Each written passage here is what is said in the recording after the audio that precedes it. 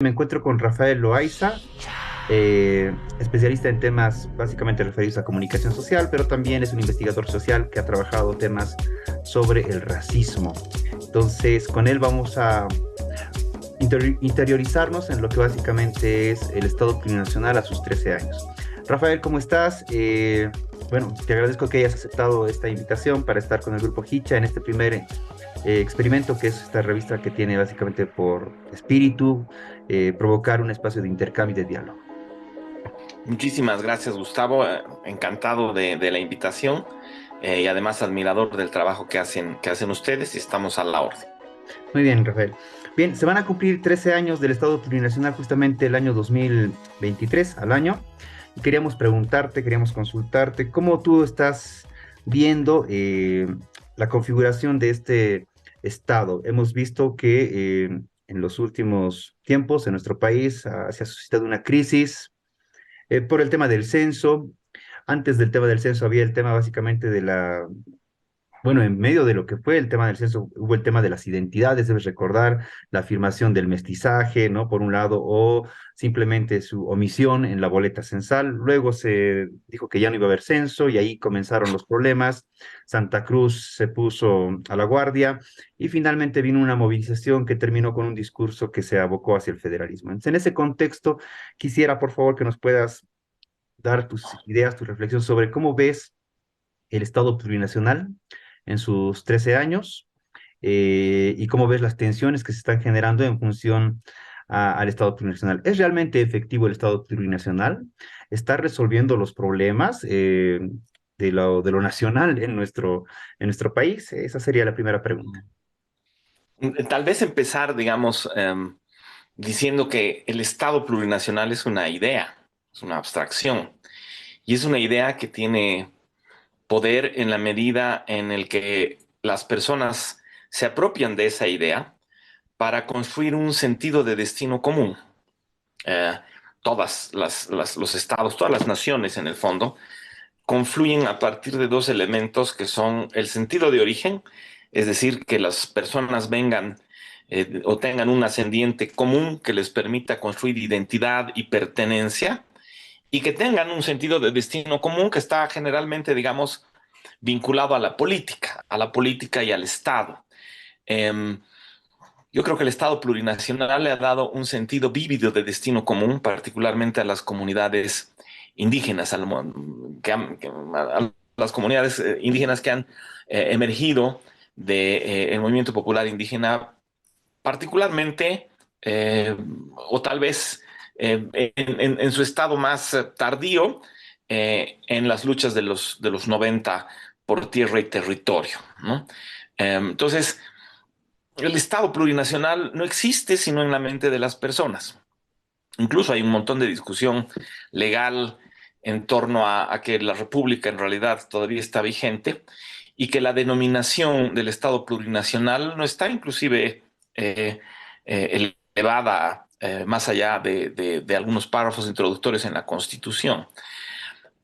Pero digamos, eso sería muy legalista y bastante ingenuo decir, digamos, el Estado como tal no existe, porque todos los Estados son ideas, pero sí creo que lo que representa el Estado plurinacional es poderoso, es vigoroso, particularmente en el sentido de destino común de las comunidades indígenas. Ahora, dicho esto, que aquí viene, digamos, anoto que con mucha inteligencia tú has hecho la introducción hablando de este último censo, de la crisis que hemos tenido con el paro cívico de Santa Cruz por el censo. Si somos rigurosos, digamos, con la historia, nos vamos a dar cuenta que cuando el modelo, digamos, de la democracia pactada o el Estado neoliberal, como quieres decirlo, de la democracia representativa, tardó mucho o hizo, digamos, escasamente eh, para tratar de generar inclusión en las comunidades indígenas. En el fondo, digamos, el Estado descubre a los indígenas como sujetos políticos prácticamente a partir de las luchas del 91 por tierra y territorio, ¿no es verdad? Siendo que los indígenas o las comunidades indígenas nacen junto con la República. Y más allá de las denominaciones que le ha dado que le han dado los diferentes periodos, una denominación, digamos, muy influenciada por el marxismo, cuando se describía a las comunidades indígenas como campesinas, digamos, esa condición de clase tenía un sentido político particular, pero ha empezado a emerger como un sujeto político a partir de su ascendiente étnico en el 91.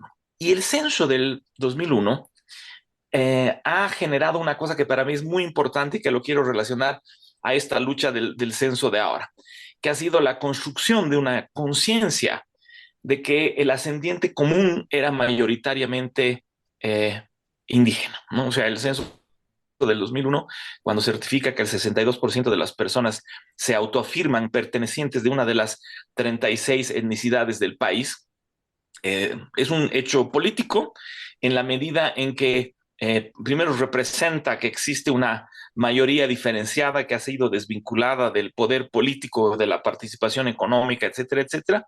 Y segundo, emerge como resultado de las luchas del 91. Y cuando se construye esa conciencia étnica, se lo hace en función a una idea que es también política, que es el sentido de origen común diferenciado y además producto del proceso colonial, ¿no es verdad? O sea, Bolivia no es que descubre que es una sociedad postcolonial el 2001, sino que empieza a tener más conciencia política de que es una sociedad postcolonial donde hay una diferencia étnica que produce una distribución diferenciada del ingreso, una acumulación, digamos, profunda de la pobreza en las comunidades indígenas, y obviamente, por extrapolación, bienestar a las comunidades no indígenas. Entonces, el censo del 2001 empieza a barajar esta idea de que existen dos comunidades diferenciadas en Bolivia, una comunidad indígena empobrecida y una comunidad no indígena próspera, que además se las arreglaba para manejar el poder político. Entonces, yo creo que el hecho fundacional de la conciencia del sentido de origen común diferenciado es el censo del 2001. ¿Y por qué me voy tan atrás? ¿No es verdad? De ahí viene ya la emergencia del Estado plurinacional, precisamente para tratar de darle un lugar o colocar, digamos, la idea del ascendiente común en un reconocimiento constitucional que además le dé carácter político a las comunidades indígenas que históricamente habían sido despojadas. La historia del Estado plurinacional la conoces. Y para terminar mi evaluación, quiero retrotraerme ahora. Ahora, otro censo está tratando de hacer la certificación opuesta. Has visto las encuestas de hogares donde la autoafirmación étnica ha disminuido a 25% según el INE, ¿no es verdad? Hemos pasado del 62% el 2001 a probablemente alrededor del 30% ahora, no sé. Hay que ver, digamos, cómo las luchas políticas recientes están edificando, vigorizando la identidad étnica o decrementándola, eso lo vamos a evaluar en algún momento. Pero la lucha o la causa, digamos, del oriente boliviano representada a través del censo, está tratando de buscar, yo creo que otro de esos momentos para certificar una diferenciación similar, ¿no es verdad? Pero esta vez opuestamente tratando de certificar que la mayoría de los bolivianos no son indígenas. El furor con el que los comités cívicos en el Oriente y la oposición está, digamos, representando y defendiendo al censo, yo lo comparo con ese momento fundacional de la conciencia étnica, pero esta vez para certificar que Bolivia ha dejado de ser un país mayoritariamente indígena, ¿no? Acuérdate que la campaña del 2005 del MAS ha partido con esta idea de somos más, y ese somos más estaba relacionado a esta comunidad diferenciada que había sido certificada como mayoría por el censo del 2001. Tengo la impresión de que ahora otra de las señales simbólicas del censo va a ser construir la certificación opuesta. E imagínate que el censo del 2001, a través de la edificación de esta conciencia mayoritaria, ha terminado en la refundación del país, si quieres decirlo, con una fuerza constituyente que ha reformado la Constitución a través de una asamblea y que ahora el país esté discutiendo otra vez hacer, no sé si otro proceso constituyente, pero reconfigurar al país y replantearlo, ¿no es verdad? Desde estas señales que a veces asustan, cuando, por ejemplo, la gente del Comité Interinstitucional en Santa Cruz dice que quiere repensar su relación con el Estado Nacional, y las voces que alientan, digamos, un país federal muchísimo más autonómico. Estamos en el preámbulo de otro momento de refundacional, ¿no ve? Como el que hemos tenido el 2009. No sé si vamos a tener o no vamos a tener la fuerza, pero ¿por qué ha pasado esto?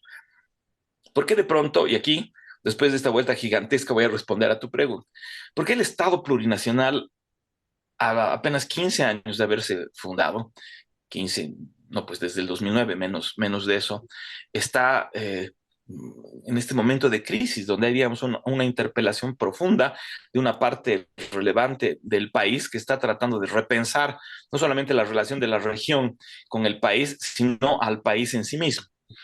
Y ahí yo creo que del lado bueno, el Estado plurinacional ha edificado este sentimiento de pertenencia en comunidades que eran históricamente desplazadas, pero al mismo tiempo ha contribuido para construir un sentimiento de despojo de las otras comunidades que históricamente habían tenido el control del país, ¿no? Y estoy hablando particularmente de los castellano hablantes, de los no indígenas, de los urbano asentados, de las clases medias, particularmente en el oriente, que se han sentido acosados, que se han sentido interpelados y singularizados por las políticas de descolonización del Estado plurinacional. Entonces yo creo que si bien ha edificado una conciencia de pertenencia profunda en el plano simbólico, que además ha reparado muchos de los daños del Estado colonial, por otro lado ha dislocado el rol histórico de la otra comunidad que también pertenece al país.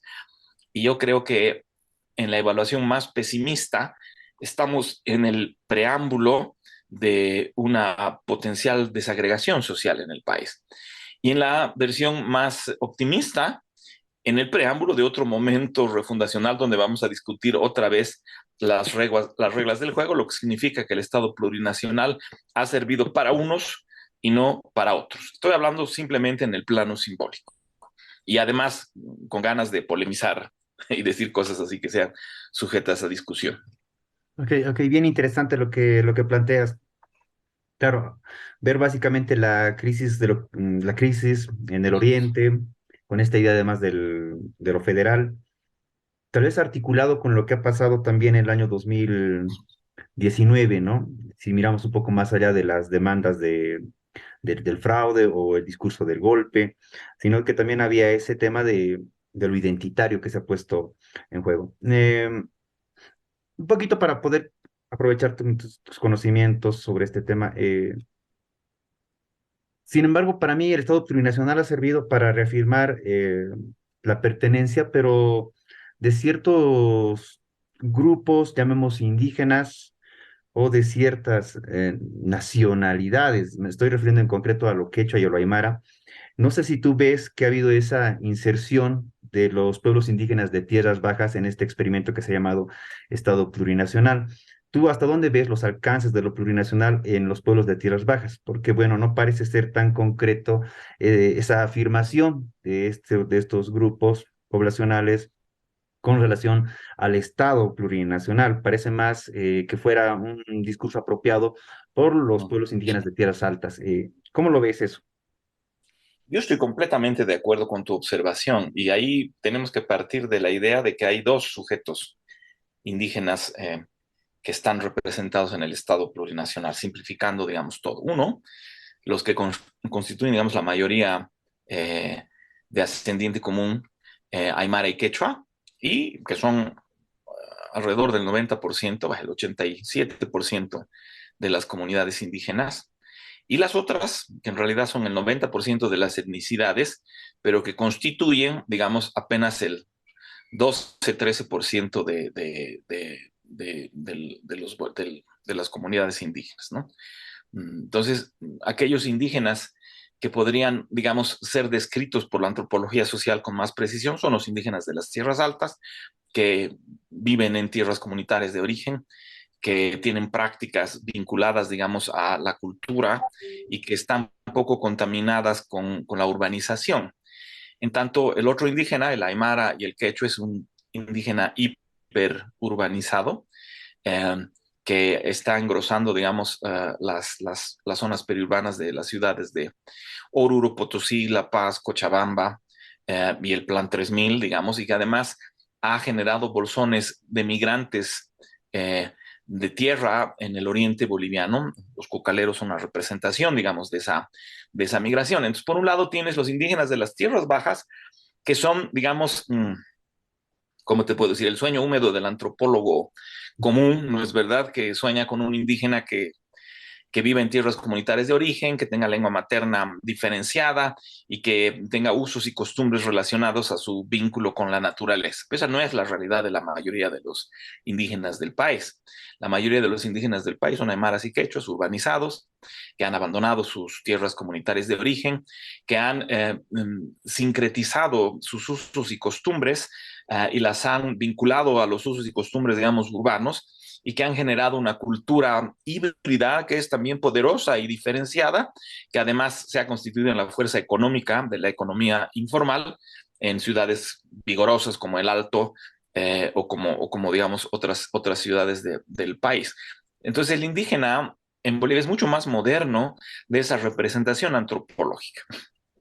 Ahora, yo sí creo y comparto tu apreciación que el Estado plurinacional se ha dedicado a atender a ese indígena. Uno, porque es la fuerza electoral más contundente, y dos, porque también es, ¿cómo se llama? La representación vivida del origen del liderazgo del MAS. El Evo mismo es una conspicua, un conspicuo representativo de esas comunidades, ¿no? Que no hablan idiomas originarios como lengua materna, que han migrado en busca de trabajo, digamos, al oriente y que han desarrollado una cultura que no es pura en el origen del ascendiente y que es bastante, digamos, vinculada a los procesos de urbanización o de migración.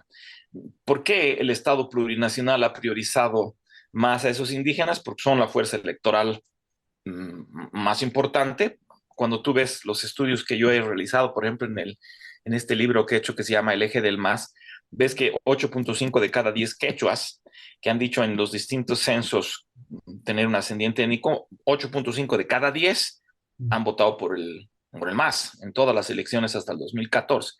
Me falta hacer las correlaciones con las elecciones últimas, ¿no es verdad?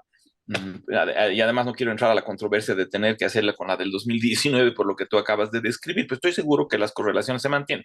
8.5 de cada 10 quechos y 9 de cada 10 aymaras. ¿Cómo se hace esto?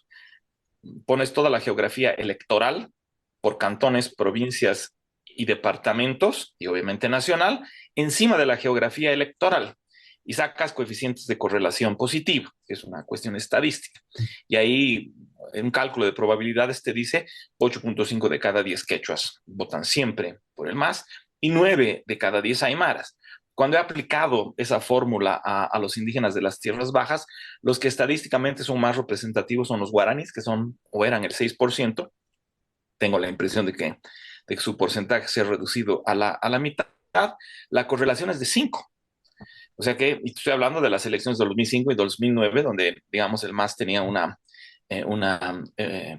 prestigio, digamos, muchísimo más alto con esas comunidades. Entonces, eh, yo creo que el error es pensar que realmente existían. La denominación del Estado plurinacional se refiere a una concepción bastante optimista del sueño antropológico de la nación indígena originaria, ¿no es verdad? Que en Bolivia no existía. Cuando llegan los españoles en 1553 a los Andes centrales con Francisco Pizarro, los incas eran un imperio, digamos, un estado nacional sólido, pero los aymaras no. Sin embargo, los aymaras, como habían resistido, digamos, la ocupación quechua,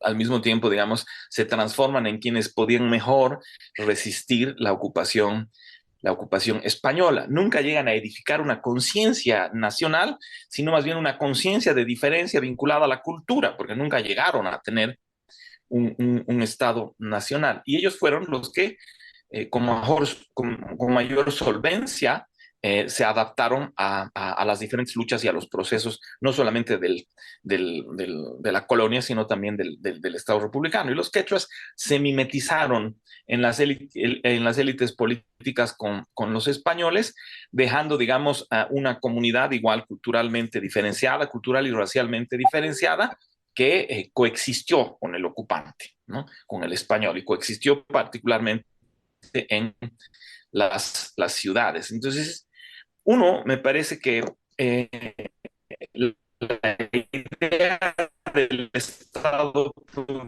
nacional como la no somos España, donde hay, digamos, estos estados, naciones, estas naciones que viven, digamos, en esos conglomerados. España con los vascos, con los castellanos, con los andaluces, etcétera, etcétera, con los catalanes, o Gran Bretaña, que tienes a los escoceses, a los irlandeses, a los ingleses, qué sé yo, que son estados nacionales edificados, que tienen, digamos, que han tenido sistemas de gobierno particulares o jerarquías sociales, etcétera, etcétera. Aquí no. Entonces, la idea del Estado plurinacional es muy parecida a la representación de la huipala, ¿no es verdad? No es tan importante lo que la huipala es realmente, sino lo que representa. No somos un Estado plurinacional mm, eh, como se podría desprender del significado de esa palabra. Lo plurinacional en realidad se ha transformado en una representación de inclusión política, de un sentido de destino común para la mayoría de estos indígenas urbanos, urbanizados, ¿no? Que además se han transformado en el motor de la economía del país y en el sostén de la economía del país, más allá de lo que digan esos mitos sobre la economía cruceña. Yo personalmente pienso que lo que está sosteniendo la economía del país es la enorme capacidad de generar una economía desarraigada del Estado, como por ejemplo lo que pasa en el Alto. Para no dispersarme mucho y cerrar esta idea, eh, en Bolivia el Estado es irrelevante en el hecho político, en el hecho social, en el hecho económico. ¿Por qué? Es un Estado tan pequeño que tiene una cantidad de personas muy pequeñas que contribuyen con impuestos que es difícil para el Estado Nacional generar redistribución de la riqueza a través de servicios de salud, de educación, justicia, etcétera, etcétera. Y el Alto te muestra cómo una ciudad puede emerger con una cultura particular, con un desarrollo económico preciso, sin la ayuda del Estado, ¿no es verdad? Porque la mayoría de las personas ahí no pagan impuestos, lo que significa que la inversión pública en el Alto es menor que lo que fue históricamente en cualquier otro departamento. Sin embargo, la economía que ha sostenido, digamos, al Estado plurinacional es esa economía emergente que además se basa en las lógicas del AINI comunitarias, pero vinculadas y modernizadas por la coexistencia en los mercados libres en el país. Entonces, resumiendo, para no dispersarme mucho, sí, el Estado plurinacional ha tratado de atender a la mayoría de los que tenían un ascendiente común diferenciado, que son los aymaras y los quechuas, pero además urbanizados, modernizados e integrados en una economía particular, y no a las comunidades de las tierras bajas, que en el fondo se constituyen en la anomalía de la mayoría de los bolivianos, porque la mayoría de los indígenas no son en Bolivia como se representarían los de las tierras bajas. No sé si he respondido a tu pregunta o me he dispersado.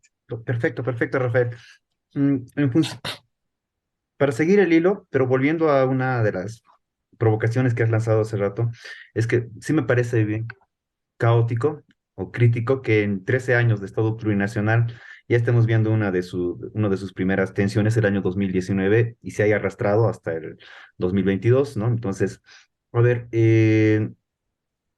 hablaremos un poquito de aquellos que no han logrado generar ese sobre aquellos que el Estado plurinacional no ha logrado generar ese sentimiento de pertenencia, ¿no? Más bien ha generado un sentimiento, digamos, de despojo, de exclusión. Hay un estudio que haces vos en las caras y taras del racismo, creo.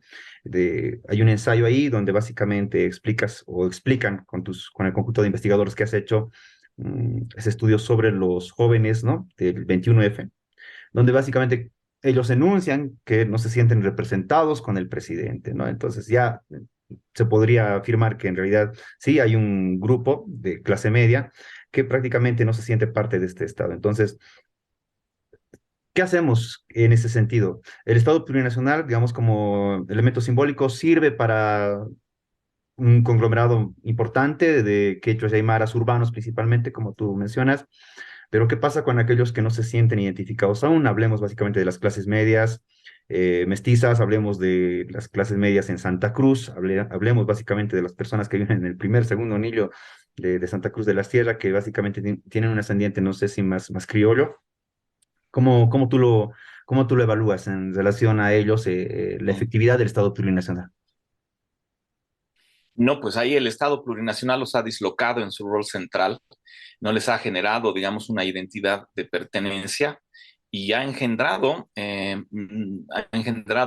por el racismo que ya había y por el sentimiento de superioridad, digamos, que ha reinado durante la República de Bolivia, ha engendrado una tensión muchísimo más política, una tensión racial muchísima más política de lo que había en el pasado. Yo creo que el problema central del Estado plurinacional ha sido su primordialismo indigenista, que ha pensado que ese 62% de personas el 2001 iba a permanecer, digamos, sin moverse hasta el día de hoy, y que había que solamente priorizar la atención de las políticas públicas, de las políticas de descolonización sobre esta comunidad. Lo que ha pasado en el 2019, lo que estaba pasando ahora, que hemos visto como una idea tan absurda como un censo ha terminado batiendo el récord de los paros cívicos.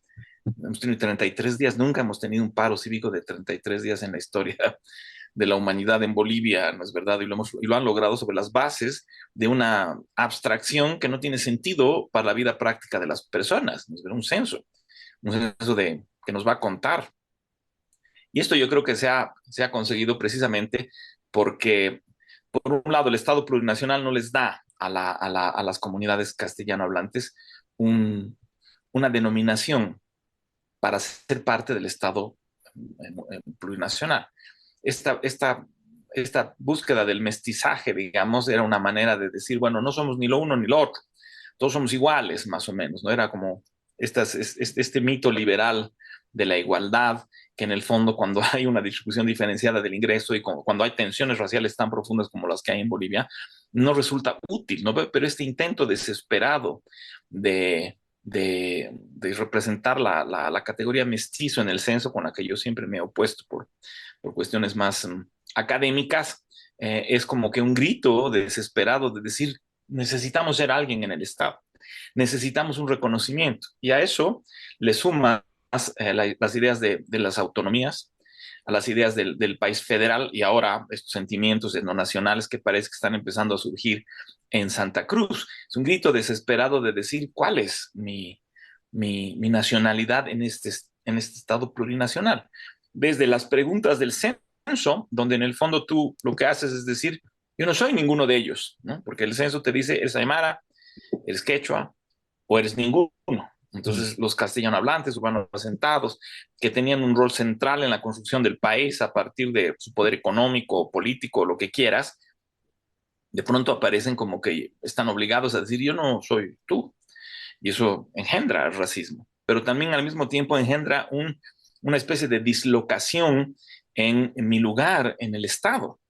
Por eso de pronto el censo, que es o sea, la gente antes, digamos, hacía protestas para pedir salarios, para pedir inclusión política, pero ahora la gente hace protestas para pedir censos y conteos que en el fondo son, ¿cómo se llama?, síntomas de esta carencia de identidad que el Estado plurinacional no les ha dado. Por otro lado, las políticas de decolonización han terminado generando un halo de sospecha sobre los no indígenas, calificándolos de intrínsecamente racistas Mm. y de sujetos abusivos por predestinación. La Constitución inicia diciendo que el racismo no se conocía en Bolivia hasta que llegaron los españoles y hay personas que sienten que tienen una descendiente, como decía el presidente Fernández, relacionado a los que han llegado en barcos, digamos, a esta parte de América, ¿no es verdad? Entonces, en ese artículo que tú muestras, hemos empezado a ver cómo ha empezado a emerger este sentido de búsqueda de identidad que ha terminado racializando al sujeto que no estaba racializado. Si antes no podíamos decir que había racismo a la inversa, ahora sí podemos decir, porque hay un vívido sentimiento de segregación y de discriminación que los castellano hablantes de ascendiente no indígena sienten. Y esto ha terminado en que yo creo que raras veces en la historia hemos visto un movimiento de clase media, media alta, que funciona como movimiento social que sale a las calles, que protesta, que bloquea. Nunca he visto a los privilegiados ejercer la protesta social en ninguna parte del mundo, salvo el 2019, ¿no es verdad? Y más allá de lo que represente Evo Morales y de las tensiones raciales que esta comunidad sienta hacia ellos, es también la representación de que ¿dónde estoy yo en este Estado plurinacional? Entonces, te decía, las políticas de descolonización han transformado en un sospechoso al no indígena, porque lo han acusado de ser intrínsecamente racista, de ser un sujeto extranjero y nocivo, lo han extranjerizado. Y ahora fíjate, Santa Cruz está buscando su independencia de alguna manera, está tratando, sus historiadores están dedicados a encontrar elementos históricos que les permitan decir que en Santa Cruz nunca han habido indígenas de los Andes centrales, que esa zona era vacía y que no había ni siquiera indígenas locales y que por su competencia histórica han llegado, digamos, los descendientes de los españoles y han generado desarrollo en esa zona y por eso ha empezado, digamos, a emerger este sentimiento de diferencia bastante politizado. Entonces yo creo que el error, y eso se lo he dicho, lo he dicho en una conferencia que he dado en la vicepresidencia de la República, estaba el Rafael Bautista y estaba el vicepresidente Choquehuanca, y ahí yo he dicho, las políticas de decolonización le han quitado la identidad al no indígena y lo han dislocado de su rol central en el país. Y eso ha engendrado un monstruo. Tenemos a Pope, tenemos a Camacho, tenemos un movimiento hiperconservador que yo creo que está amenazando la estabilidad en el país. Y me preocupa mucho que el gobierno no se haya percatado de lo importante que es incluir a un sujeto como el cruceño, el camba, el no indígena, el urbano asentado, el de clase media, ¿no es verdad? Porque esa población se está engrosando y además se ha engrosado gracias al MAS y a la economía emergente de alguna manera, ¿no es verdad? Y eso se están abandonando, estas personas están abandonando su identidad étnica y van a terminar abandonando al Estado plurinacional. Entonces, este Estado está en crisis apenas hace 15 años porque no ha podido ejercer, digamos, dominio y legitimidad sobre todos, ni sobre los indígenas de las tierras bajas, a quienes a través del TICNIS ha trazado, digamos, su visión de desarrollo, y tampoco a los urbanos asentados, particularmente del oriente del país, ¿no? Bien, continuando con la entrevista, Rafael, a ver, me llama mucho la atención lo que dices respecto a este segmento importante de la sociedad boliviana que no logra de alguna manera ser absorbido por el simbolismo y este nombre tan rimbombante de Estado plurinacional. Entonces ya eso es medio crítico porque entonces tendríamos al Estado plurinacional como una fórmula que de alguna manera resuelve parcialmente el problema boliviano, problema nacional boliviano, pero deja a medias a un grupo humano muy importante sin soluciones, ¿no? Es simbólico nada más el tema, es decir, ellos no se sienten parte del Estado boliviano porque el Estado boliviano dejó de ser república y ahora es plurinacional, y como ellos no están incluidos en una nacionalidad en particular, es lo que les genera molestias. Es eso. Tú decías que son las políticas de descolonización, pero justamente el espíritu, ¿no?, del Estado plurinacional era pues la descolonización, de alguna manera en el campo de las jerarquías, sobreponer lo identitario, originario, digamos, entre comillas, frente a lo foráneo, lo extranjero, no originario. Entonces, ¿Cuál sería para vos, pensando un poco, la fórmula con la cual se podría de alguna manera solucionar esta tensión que parece va a ir para largo porque no se ha resuelto todavía nada con Santa Cruz de la Sierra, por ejemplo?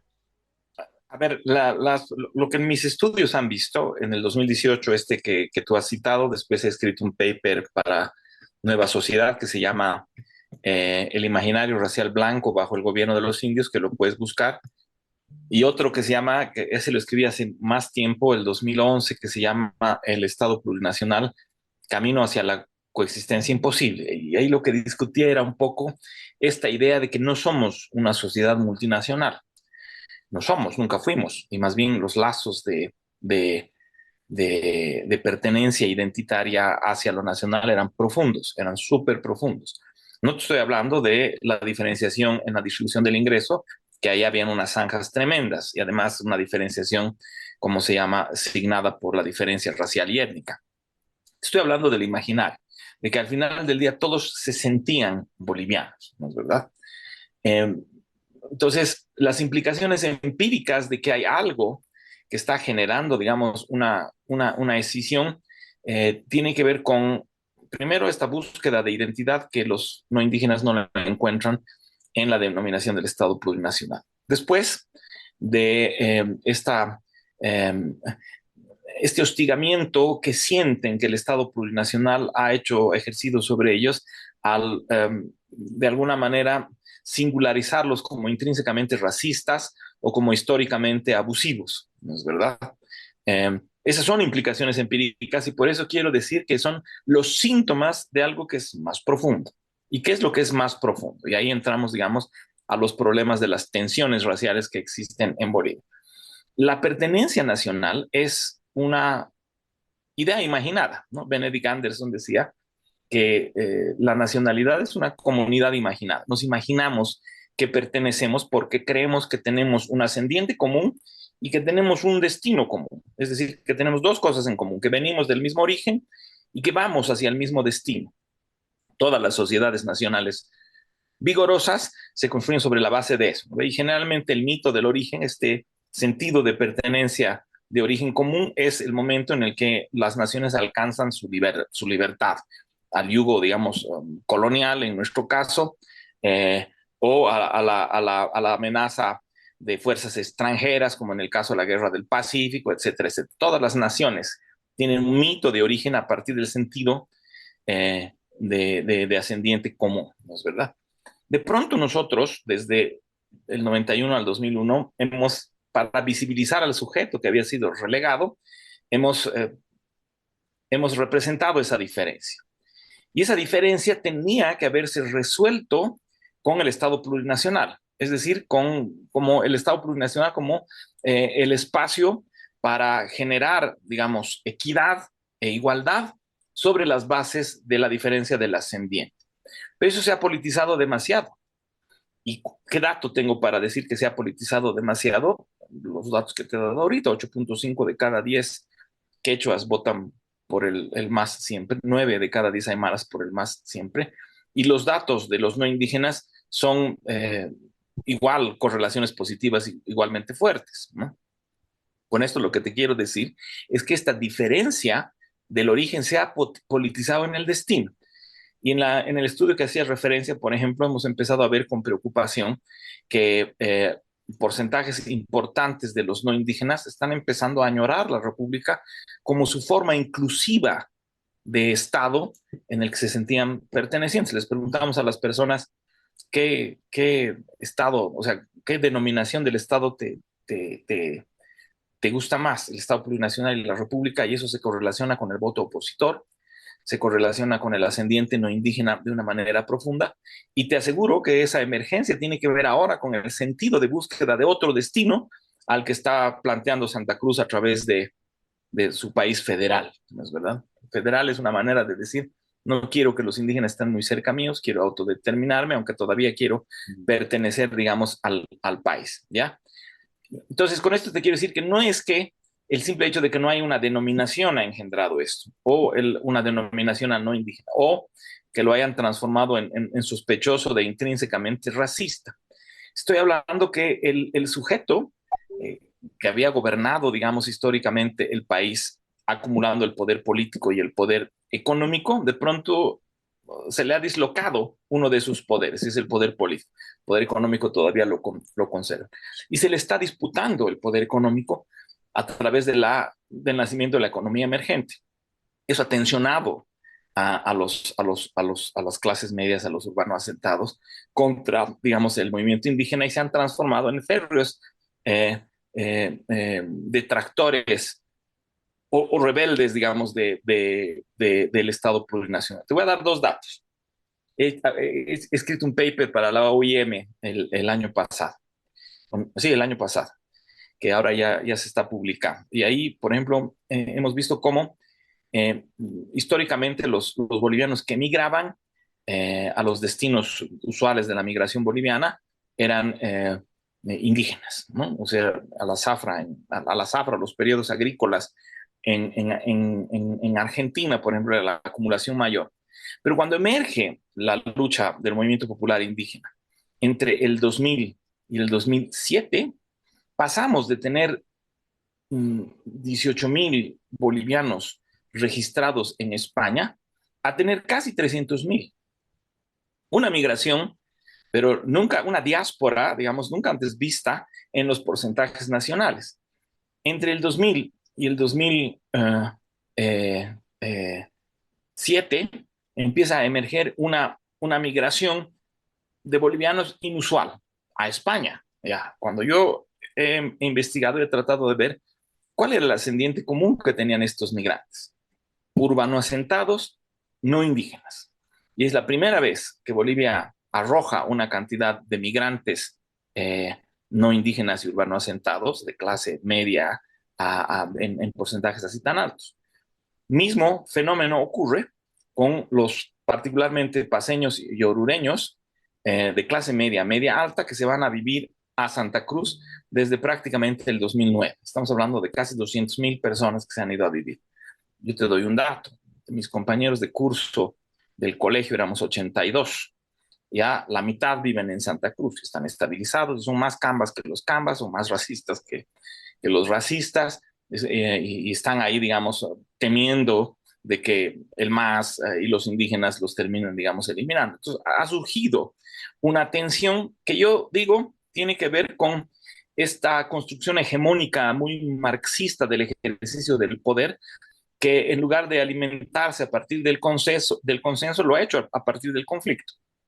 Y entiendo, digamos, que eso le ha dado un vigor electoral profundo al MAS, pero por otro lado ha engendrado esta ansiedad que se transmite en términos raciales, que se transmite en términos políticos y que le ha dado un poder al sujeto que no estaba racializado, un poder social con el que ha empezado, digamos, a protestar. El 2019 es un gran ejemplo de eso y y esto que ha pasado estos meses es otro gran ejemplo de eso.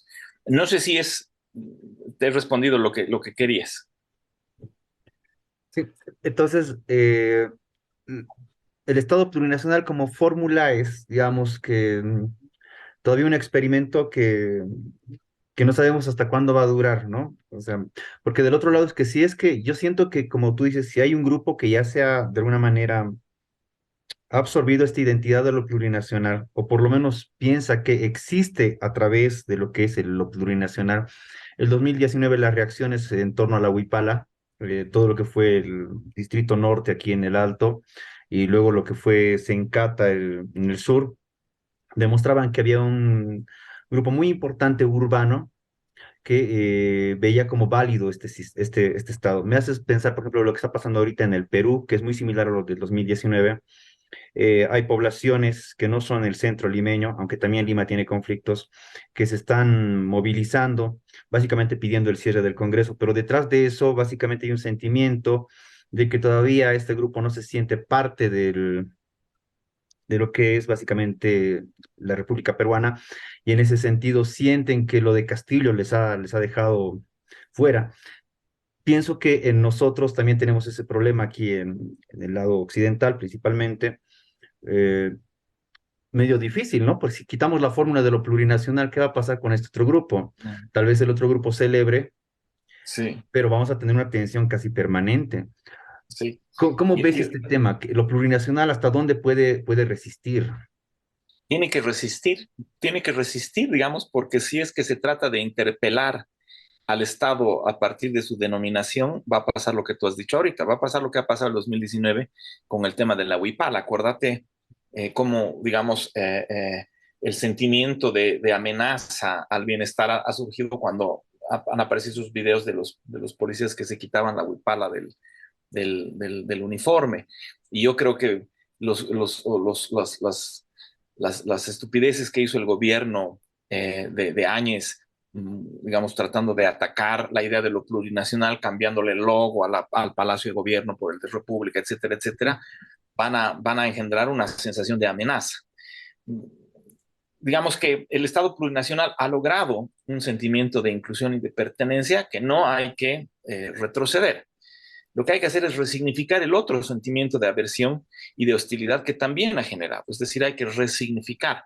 Sería un error tremendo ir hacia, por ejemplo, la federalización del país, hacia que Bolivia vuelva a una denominación de Estado o la República Federal, digamos, de Bolivia, porque eso va a ocasionar precisamente otra vez, pero al otro lado, este sentimiento de dislocamiento.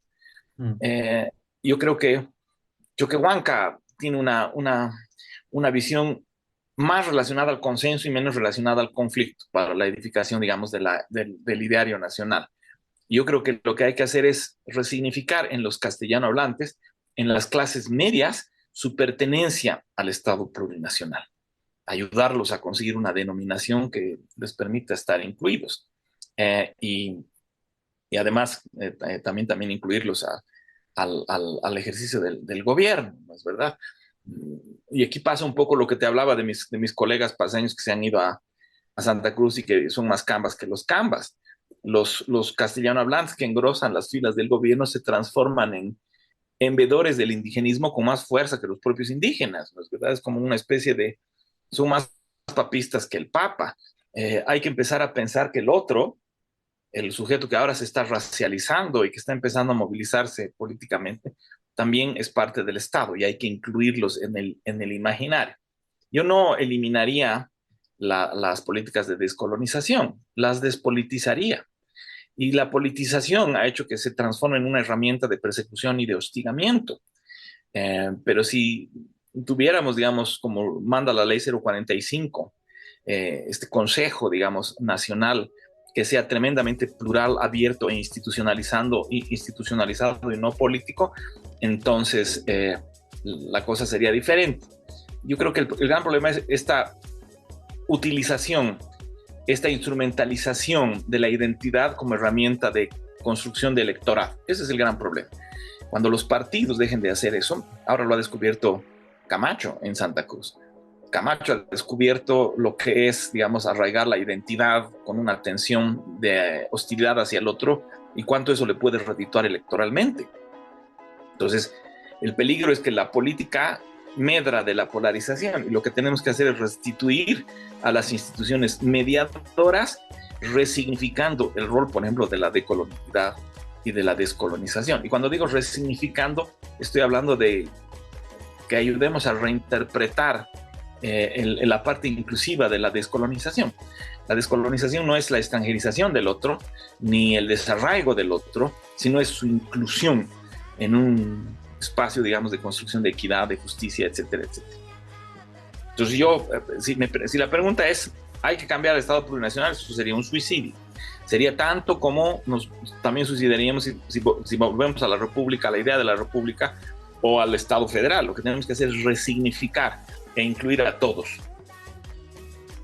Ok, hemos estado con Rafael Loaiza. Yo de verdad le agradezco su participación en este primer esfuerzo que está haciendo el Grupo Hicha por armar esta revista que muy pronto va a estar en manos de todos los lectores, los seguidores de Hicha. Ya estamos por los 100,000 y algo más, y eso nos pone muy contentos. Entonces, gracias por tu vocación, Rafael, tan democrática, siempre de poder ser parte de los debates, ¿no? Al interior de las discusiones que nos preocupan a nosotros, que básicamente la construcción de las identidades, la democracia real, profunda, Y bueno, ¿no? Este sentido de horizontalidad con la cual tenemos que tratarnos todos los bolivianos independientemente de nuestras identidades también. Gracias, de verdad te agradezco y bueno, esperamos siempre contar contigo en cualquier momento.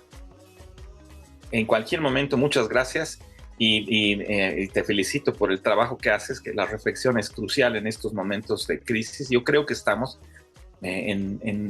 por llegar a los octubres de los octubres, ¿no? Que lo que hemos visto este año ha sido un preámbulo y que podemos volver a cosas como el 2019, como el 2003, si es que no empezamos a concentrarnos en la mediación.